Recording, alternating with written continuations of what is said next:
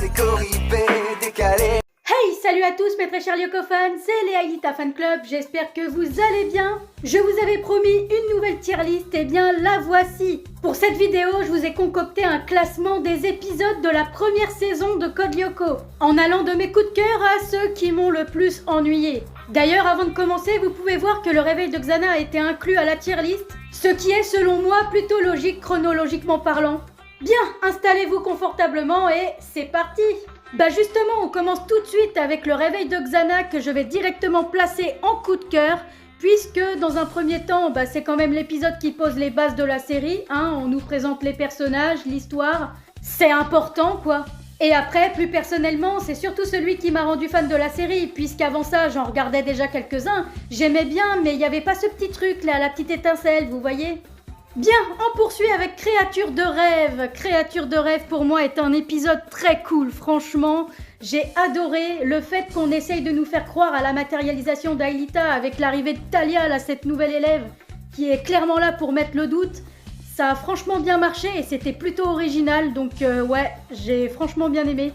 Dans la même veine, on a également l'épisode Enragé que j'ai trouvé très cool également, puisqu'on a eu pour la première fois des animaux sous le contrôle de Xana, des rats, et sur Lyoko, on a eu le droit à des scènes hors du commun avec le plateau là du territoire du désert qui se retourne.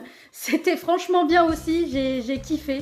Ensuite, on a Attaque en piqué. Alors celui-là, je l'ai un peu moins apprécié que les trois précédents, à vrai dire. Je vais le mettre dans Ça va parce que c'est un remake d'Enragé, clairement, hein, le deuxième épisode consécutif où il y a des animaux possédés, oulala, bonjour l'originalité. Et puis même sur Terre, c'est un petit peu casse-bonbon le truc avec Ulrich et Yumi encore, moi ça me saoule un peu, donc hop, ça va.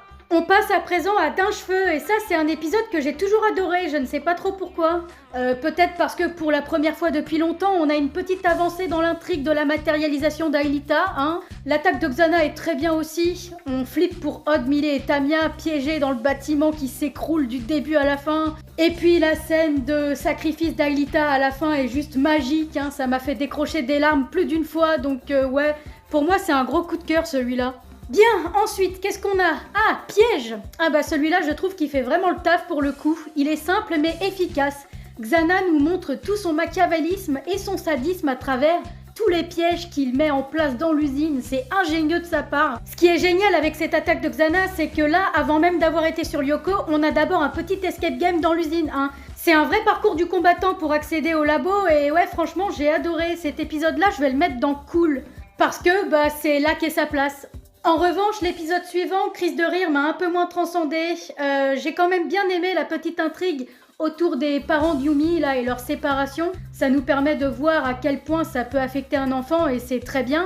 Après, au niveau de l'attaque de Xana, j'ai été un peu déçue. Ça m'a fait un peu penser à Vacances dans la brume, avec des effets différents quoi. Disons que c'est pas le meilleur épisode, mais c'est pas non plus le pire, donc je vais le mettre, je vais le mettre dans Ça va. L'épisode suivant, Claustrophobie, c'est pareil, je vais le placer en Ça va. Parce que même si l'attaque de Xana était pas trop mal, on a eu une intrigue terrestre avec Sissi et Théo, sympathique, mais sans plus de mon point de vue. Et puis sur Lyoko, alors là c'était le néant total. Il se passe pas grand chose, mis à part le coup de génie d'Aelita à la fin avec les crabes, mais c'est tout quoi, donc ouais, ça va. Mémoire morte, et bien celui-là il va partir directement en cool parce que de toute la première saison, je crois que c'est celui-là que j'ai regardé le plus avec Musique Mortelle. Je sais pas, le fait que Xana s'attaque à la mémoire des héros avec ses nanoparticules là, je sais pas quoi là, et de voir toutes les personnes contaminées errer sans but dans Cadix, ça fait vraiment froid dans le dos. Et puis même, ce n'est pas sans rappeler la maladie d'Alzheimer où on va avoir une amnésie progressive. Cette attaque est assez réaliste pour le coup, donc ouais, je me souviens qu'il m'avait vraiment marqué celui-là. Après c'est quoi? Musique Mortelle, ah bah tiens justement, puisqu'on en parle. Eh bien celui-là je le place en coup de cœur parce que ça a toujours été l'un de mes épisodes préférés de la saison. Comme je vous disais avec Mémoire morte, j'arrêtais pas de le regarder en boucle et c'est vrai que celui-là je le trouve un peu particulier, dans l'attaque de Xana notamment, parce que je la trouve drôle et terrible à la fois, je sais pas comment vous expliquer. En fait elle est tellement absurde qu'on a du mal à la prendre au sérieux quoi. Et puis après, sans parler de ça, ce que j'ai bien aimé dans l'épisode, c'est que il met l'accent sur l'amitié très profonde entre Odd et Ulrich. On voit que c'est une amitié fraternelle entre les deux, c'est même plus que des simples potes, on voit que Ulrich est mal pour Odd du début à la fin et ouais, j'ai franchement adoré.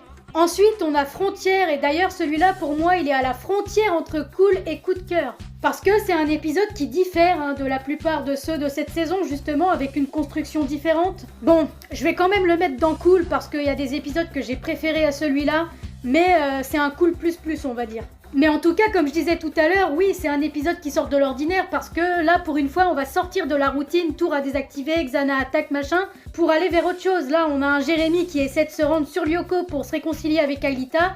Ça part en couille et pour le sauver, Aelita va devoir parcourir tous les territoires pour récupérer des données et ça, je trouve que c'est vachement bien foutu.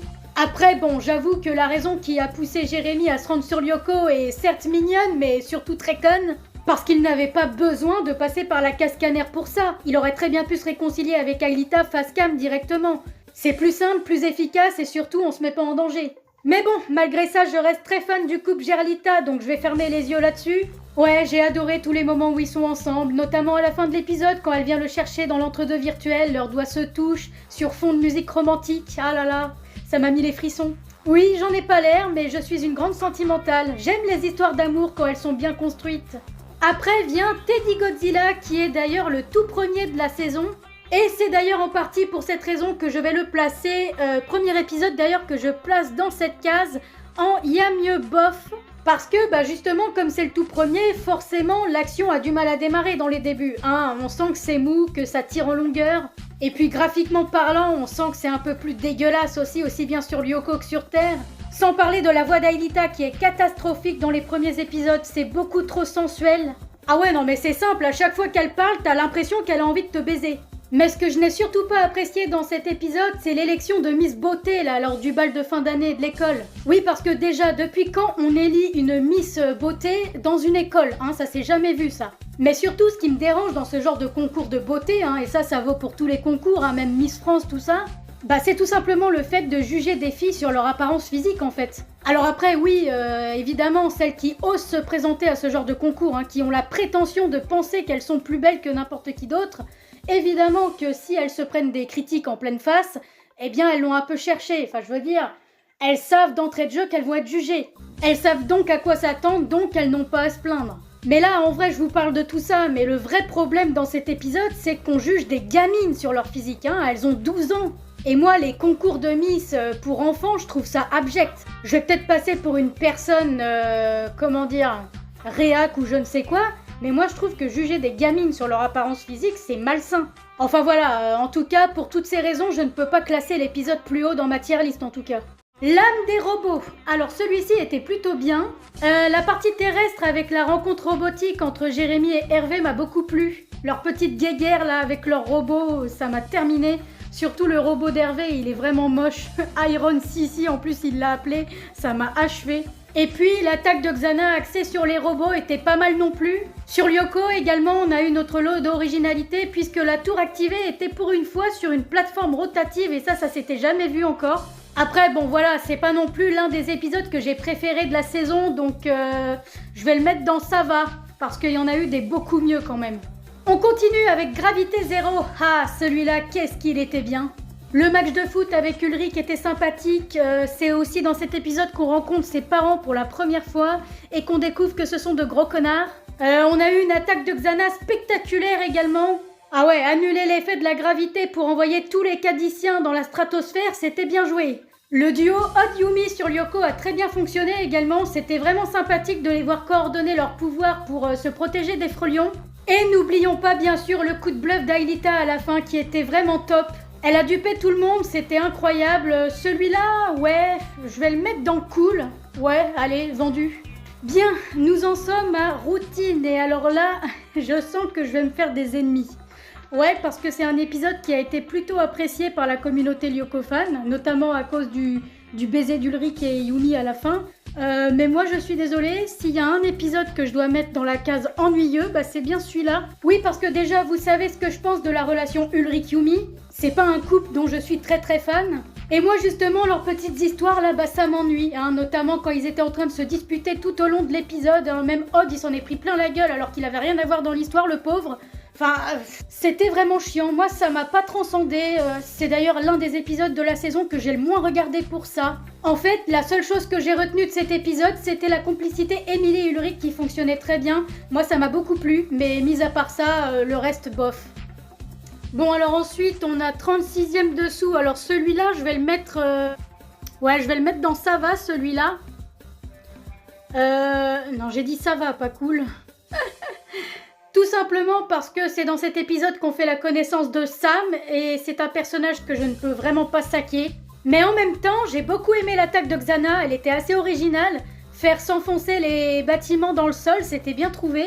Et puis sur Lyoko, bon, c'était pas non plus grandiose, mais je me suis pas non plus ennuyée, hein, il y avait quand même de l'action.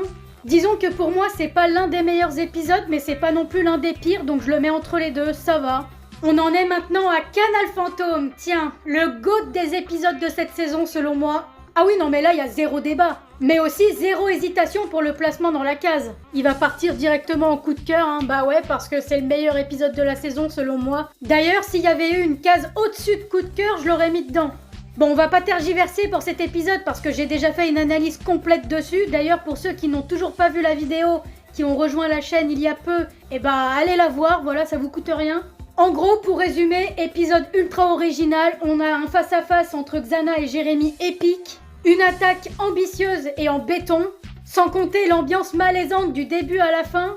Non, vraiment, je rigole pas, cet épisode c'est une tuerie. Et celui d'entre vous là qui me le met dans la case ennuyeux en commentaire, je le bannis mais sur le champ de la communauté Lyokofan. C'est bon pour vous? L'épisode qui suit, Code Terre, eh bien celui-là aussi c'est un de mes coups de cœur. Hein, je pense que les 3 derniers de la saison sont les meilleurs tout simplement. Parce que tout d'abord, eh bien c'est dans cet épisode que Aelita va enfin être matérialisée. Oui, au bout de 25 épisodes. La voir arriver sur Terre, c'est juste magique. Ça, c'est quelque chose qui nous reste tous en tête, je pense. Mais alors ce que j'ai surkiffé par-dessus tout, et je pense que c'est un petit peu ça aussi qui rend l'épisode légendaire, c'est le fait que Jim Morales intègre la bande des Lyoko guerriers. Ouais putain, c'était inattendu, mais le prof de sport qui les aide dans leur combat, c'est juste incroyable. Il assiste même à la matérialisation d'Aelita, comme s'il faisait partie du groupe depuis le début, c'est juste incroyable. Pour ça d'ailleurs, je vais aussi mettre l'épisode Faux Départ dans Coup de cœur également, parce que c'est la suite de celui-là et j'avoue que quand Jim a subi le retour dans le temps, à la fin j'étais vraiment déçue. J'aurais voulu que son intégration ne soit pas temporaire en fait. En plus, avoir un adulte dans leur rang, ça aurait pu les aider vachement, notamment pour fournir des excuses bidons aux profs pour s'éclipser de cours plus tôt que prévu, pour aller désactiver des tours par exemple. Mais bon, les scénaristes en ont décidé autrement, tant pis. Le voir pour le croire, alors celui-ci au contraire je l'ai moins apprécié. Un peu pour les mêmes raisons que Teddy Godzilla d'ailleurs, hein, les graphismes, tout ça, la voix d'Aelita, enfin un peu la même chose, c'est pour ça que je vais le mettre en y'a mieux bof aussi. Bon, j'avoue quand même que l'attaque de Xana était vraiment bien. Faire exploser les centrales nucléaires, c'était quand même assez bien trouvé. Le coup de l'Oasis aussi sur Lyoko, j'ai kiffé. Après, concernant le vote là pour donner l'alerte aux autorités, j'avoue que j'ai pas trop compris le move. C'était inutile d'en passer par là parce que de toute façon, s'ils ratent leur coup sur Lyoko, eh bien la centrale nucléaire explose, ça fait des morts et le mal est fait. Donc prévenir les autorités ne sert strictement à rien, je vois pas ce qu'ils auraient pu faire de plus. Et puis de toute façon, Jérémy a rallumé le supercalculateur tout seul, donc il a besoin de personne pour l'éteindre, il peut le faire lui-même. Alors après, je sais, il y a la question d'Aelita aussi qui se pose, est-ce que ça vaut le coup de la sacrifier pour le bien de l'humanité? Bah à un moment donné, s'il y a trop de vie en danger, je pense que oui, malheureusement. Ensuite, on a Vacances dans la brume, bah celui-là c'est un peu la même trempe, j'ai envie de dire. Je vais être honnête avec vous, hein, je pense que, enfin pour moi en tout cas, hein, les 5 premiers épisodes de la saison, c'est les moins intéressants. Pour toutes les raisons que j'ai déjà évoquées, bon celui-ci, je vais le foutre dans... Ouais, il y a mieux bof, hein, qu'est-ce que vous en dites? Quoique non, je vais le mettre dans ennuyeux, parce que c'est tout simplement l'épisode que j'ai le moins regardé de la saison. Et au final, je crois que j'ai même préféré le voir pour le croire. Ouais, à la limite, si je devais retenir qu'un seul truc de cet épisode, bah c'est le moment où Jérémy se met à taguer sur les murs pour se faire punir volontairement en taguant le portrait de Jim, ça c'était vraiment drôle. Enfin voilà quoi, mis à part ça, le reste c'est un peu le néant quoi, même sur Lyoko ça bouge pas un copec, je m'ennuie à mourir. Aelita qui met 15 ans à sauter sur ses putains de rondins en bois pour atteindre la tour. Enfin bref, épisode pas ouf selon moi et il mérite clairement sa place dans la tier list. Ensuite on a Carnet de bord, et bien celui-là je vais le mettre dans... Ouais, il y a mieux bof parce que je l'ai quand même préféré à Routine et Vacances dans la brume. Après, le souci avec cet épisode, ouais, parce que j'en ai un gros, c'est que j'arrête pas de le confondre avec Big Bog. Notamment pour la partie Lyoko où je ne sais même plus si c'est dans celui-là où il y a la tempête de sable là, sur Lyoko dans le désert. Ouais, je verrai bien au montage en mettant les images, mais si c'est pas ça, eh bien j'ai totalement oublié ce qui se passe sur Lyoko, c'est pour vous dire. C'est pas dans cette saison qu'apparaît la méduse, mais clairement elle vient de me pomper la mémoire déjà. Et ça prouve à quel point l'épisode ne m'a pas transporté. En revanche, ce qui se passe sur Terre, je m'en souviens parfaitement. En même temps, comment peut-on oublier le chantage affreux de Sissi, qui consiste à forcer Ulrich à sortir avec elle, et en contrepartie, elle ne dévoilera à personne ce qui est marqué dans son journal intime concernant Lyoko et Xana. Ouais, c'est ignoble. Bah c'est carrément du harcèlement sexuel, hein, d'ailleurs. Et franchement, c'est dans cet épisode-là que je l'ai plus détesté Sissi, parce que ce coup-là, je crois que c'est l'un des pires qu'elle ait fait dans la série. Ensuite, Big Bog, eh bien je le mets dans Y'a mieux bof aussi, justement parce que j'arrête pas de le confondre avec l'autre aussi, c'est pareil. Du coup, j'ai vérifié pour la tornade de sable sur Lyoko et c'était bien dans le carnet de bord. Non, là on a un combat lambda avec Ulrich et Yumi, d'ailleurs on a Yumi qui se fait dévirtualiser en premier comme d'habitude. Xana qui cherche à faire entrer en collision les deux trains, là c'était plutôt original mais c'était pas non plus l'idée du siècle. Enfin voilà quoi, épisode très basique. Même si à la fin la vengeance des Lyoko guerriers sur Sissi m'a bien fait sourire. Mais sans plus quoi. On poursuit avec Cruel Dilemme et là c'est vraiment intéressant. Ouais, là pour changer on nous propose enfin quelque chose de palpitant. Et d'ailleurs celui-là il va partir en cool, ouais. Franchement je l'ai beaucoup aimé celui-là parce que déjà d'une part on découvre enfin que la matérialisation d'Aelita est possible. Que voilà ce n'est pas juste un fantasme de Jérémy. Et d'autre part parce que le choix cornélien que Jérémy a à faire entre matérialiser Aelita ou sauver Yumi de la mer numérique nous pousse finalement à la réflexion. Ouais, parce qu'on nous force à nous mettre à sa place, voilà, qu'est-ce que nous, à la place de Jérémy, on aurait fait? Cette question est intéressante puisque la réponse nous paraît évidente, évidemment qu'il fallait matérialiser Yumi, mais si on se met 2 secondes à la place de Jérémy, eh bien, on peut comprendre pourquoi il a hésité. Enfin bref, tu t'es garé de gare, Là je suis en train de partir sur une analyse d'épisode, là c'est pas du tout le bon format de vidéo, donc je vais m'arrêter là. Bon sinon, mis à part ce gros morceau très intéressant, c'est toujours un plaisir aussi de voir les flashs d'anticipation de Hot sur Lyoko. Et l'attaque de Xana qui vise à détruire l'usine avec des gros tracteurs, c'était pas mal non plus. Pour conclure, ouais, c'était un épisode très agréable à regarder selon moi. Après, on continue avec Problème d'image. Alors celui-là, je l'ai toujours vu comme un mini canal fantôme en fait. Ouais, c'est même carrément le précurseur, j'ai envie de dire. Et il va partir en coup de cœur également, hein, comme son homologue de fin de saison, parce que je l'ai trouvé excellent celui-là aussi. Ouais, il me fait penser à Canal Fantôme parce qu'on retrouve à peu près tous les mêmes ingrédients. L'ambiance malsaine, le comportement de Yumi qui change du tout au tout, qui n'est pas sans rappeler le comportement du faux Jérémy dans Canal Fantôme, et justement, il se révèle à la fin que c'est une fausse Yumi. On a des ingrédients nouveaux, tels que la première utilisation des spectres polymorphes par Xana, première apparition du gardien aussi, ce monstre un peu spécial de Xana qui n'apparaîtra que 2 fois dans la série. De plus, pour changer, l'action va se dérouler sur le territoire de la banquise, territoire qui, corrigez-moi si je me trompe, a été le moins vu de la saison d'ailleurs. Enfin bref, pour toutes ces raisons, c'est un épisode qui m'a vachement marqué quand j'étais plus jeune, donc je peux pas le mettre plus bas dans ma tier list. Bien, qu'est-ce qu'on a ensuite? Clap de fin. Franchement, celui-ci, je l'ai vraiment trouvé cool. Parce que, aussi bien sur Terre que sur Lyoko, on ne s'ennuie pas, en fait, il se passe plein de choses. Pour la partie terrestre, on a des scènes vraiment rigolotes avec James Finson, là, le réalisateur de film, qui veut tourner un film à l'usine. Bon, honnêtement, ce personnage, je l'ai trouvé vraiment irritant, il se la pète, il traite les autres comme de la merde. Enfin bref, c'est une star, quoi, il a un ego surdimensionné. Il me fait un peu penser d'ailleurs au personnage de l'épisode 45, Guerre froide, là, le JT, là, avec sa caméraman. C'est un peu le même style de personnage, je trouve, avec un peu la même personnalité. Des mecs imbuvables au possible, enfin bref. Et sur Lyoko, c'était super aussi, j'ai beaucoup aimé la glissade dans le territoire de la banquise, là, de Odd et Aelita dans le tunnel de glace. Mais surtout, bien sûr, le subterfuge de Xana qui a créé une fausse tour pour duper Aelita, c'était génial. Elle a hésité assez longtemps avant de choisir la bonne tour. Et pour l'attaque de Xana, elle était pas mal non plus, même si elle était très prévisible pour le coup. Non, en vérité, celui qui s'est ennuyé devant cet épisode, je ne comprends pas. Et enfin, on termine la tier list avec Satellite. Pour le placement dans la case, on va terminer avec un Y'a mieux bof. Parce que autant j'ai bien aimé la partie Lyoko, autant sur Terre, il y a des choses que je n'ai vraiment pas comprises. Notamment l'attaque de Xana, dans laquelle il a pris possession d'un satellite juste pour buter Yumi. Alors évidemment, il ne pouvait pas détruire l'usine parce que sinon, ça impliquerait qu'il s'auto-détruirait. Mais s'ils voulaient tuer Yumi, il y avait plein d'autres manières de faire, hein. Il n'y avait pas besoin de prendre le contrôle d'un satellite. Ensuite, la manifestation des élèves de Kadik là, pour récupérer leur téléphone portable confisqué par les professeurs était ridicule, mais justifiée à la fois. Les profs manquent de jugeote aussi, hein. Je sais pas, tous les téléphones portables qui se mettent à sonner d'un coup, non, ils cherchent pas à comprendre. À aucun moment il y en a un qui se dit tiens, il y a un problème, non, tout de suite on confisque tous les téléphones. Ouais, après tout, tous les élèves d'une même classe appelés pile poil au même moment, c'est normal, tout va bien, il n'y a pas de quoi s'inquiéter. Oh, puis je ne vous parle même pas du sans-gêne des élèves qui ont l'audace de répondre en plein milieu du cours, c'est lunaire. Enfin bref, personnellement pour la partie terrestre, je trouve qu'on tombe un petit peu trop dans le grotesque. Heureusement que la partie Lyoko relève un peu le niveau avec Xana qui a dissimulé sa tour dans un gros bloc de glace.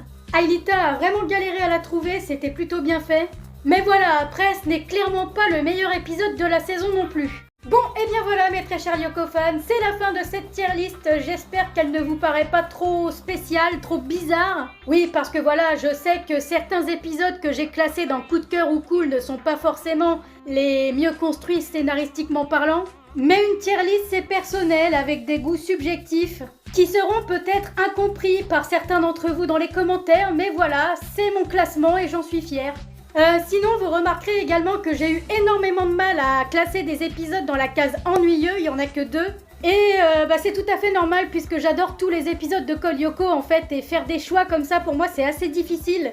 Mais bon, c'est le jeu et c'est vrai que globalement j'ai quand même beaucoup moins aimé Routine et Vacances dans la brume. Enfin voilà, bon en tout cas j'espère que la vidéo vous a plu et avant qu'on se quitte, mettez-moi en commentaire les épisodes que vous auriez mis dans quelle case, ça m'intéresse comme d'habitude. Allez, sur ce, je vous laisse, prenez soin de vous et on se retrouve très bientôt pour une nouvelle vidéo. Salut tout le monde!